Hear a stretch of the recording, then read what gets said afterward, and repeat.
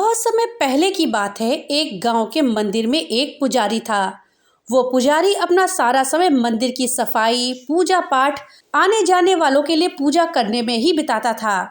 उसके परिवार में कोई नहीं था। वो अपना खाना पीना मंदिर में होने वाले चढ़ावे से ही चलाता था।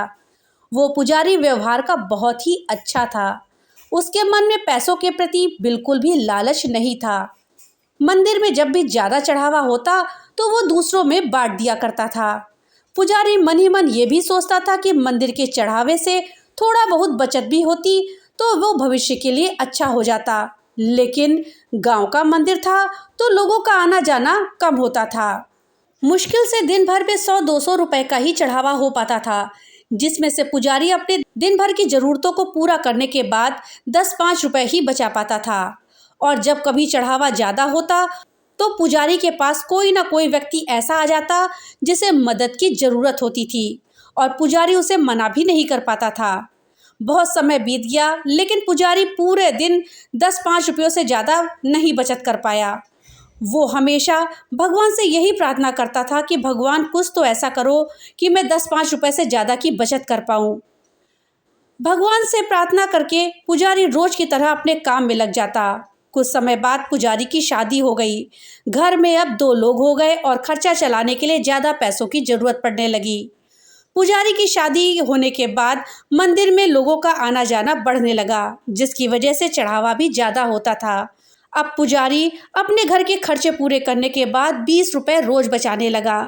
धीरे धीरे पुजारी के पास ज़्यादा पैसे हो गए। कुछ पैसों से उसने अपने घर की मरम्मत कराई और कुछ पैसों को उसने भविष्य के लिए बचा लिया। कुछ समय बाद पुजारी की संतान हुई और अब वह 2 से 3 हो गए। पुजारी की संतान होने के बाद अब पुजारी ने देखा कि वो अपनी दिन भर की जरूरतें पूरी करने के बाद 25 से 30 रुपए बचा लेता है।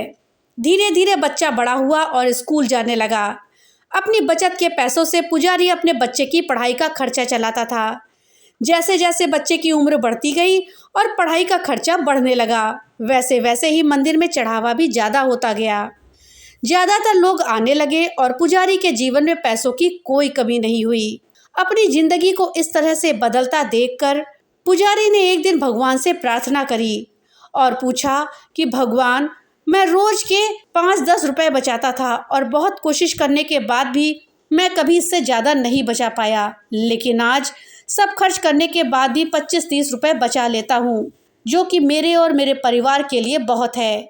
इन सब की वजह क्या है भगवान? क्या ये आपकी कृपा है या फिर मेरा भाग्य? ऐसा कहकर पुजारी अपने रोज के कामों में लग गया। रात हुई और जिस समय पुजारी गहरी नींद में सो रहा था उस समय भगवान उसके सपनों में आए और बोले, बेटा, ना तुम्हारा भाग्य बदला है और ना ही मैंने कोई कृपा करी है। तुमने जिस दिन शादी करी और तुम्हारे घर में जो स्त्री आई उसके आने से तुम्हारे पैसे ज़्यादा बचने लगे, जिसमें आधे पैसे तुम्हारी पत्नी के भाग्य के थे, जिसकी वजह से तुम दोनों के पेट भर खाने पीने के बाद बाकी ज़रूरतों की पूर्ति होने लगी। फिर तुम्हारी संतान हुई और उसके होने के बाद तुम्हारे उससे ज़्यादा पैसे बचने लगे। अब इस रुपयों में तुम्हारे और तुम्हारे पत्नी के अलावा तुम्हारे बच्चे के भाग्य का पैसा भी बचता था। आज जो तुम 30 रुपए बचा रहे हो उसमें से 15 रुपए तुम्हारे बच्चे की पढ़ाई के हैं, उसके बेहतर भविष्य के भाग्य के हैं। भक्त, आज भी तुम अपने भाग्य के सिर्फ 5 रुपए ही बचा रहे हो, आगे भी उतने ही बचा पाओगे। इस प्रकार से स्पष्ट है कि हमारे भाग्य का लिखा ही हमें मिलता है और साथ ही किसी तरह दूसरों के भाग्य का लिखा हमारे द्वारा होते हुए दूसरों को मिलता है। हम सभी लोग जानते हैं कि भाग्य से ज़्यादा ना कभी किसी को मिला है और ना ही कभी मिलेगा। हमारे पास जो कुछ भी है, चाहे वो दूसरों से ज़्यादा हो या दूसरों से कम, हमारे भाग्य का दिया हुआ है।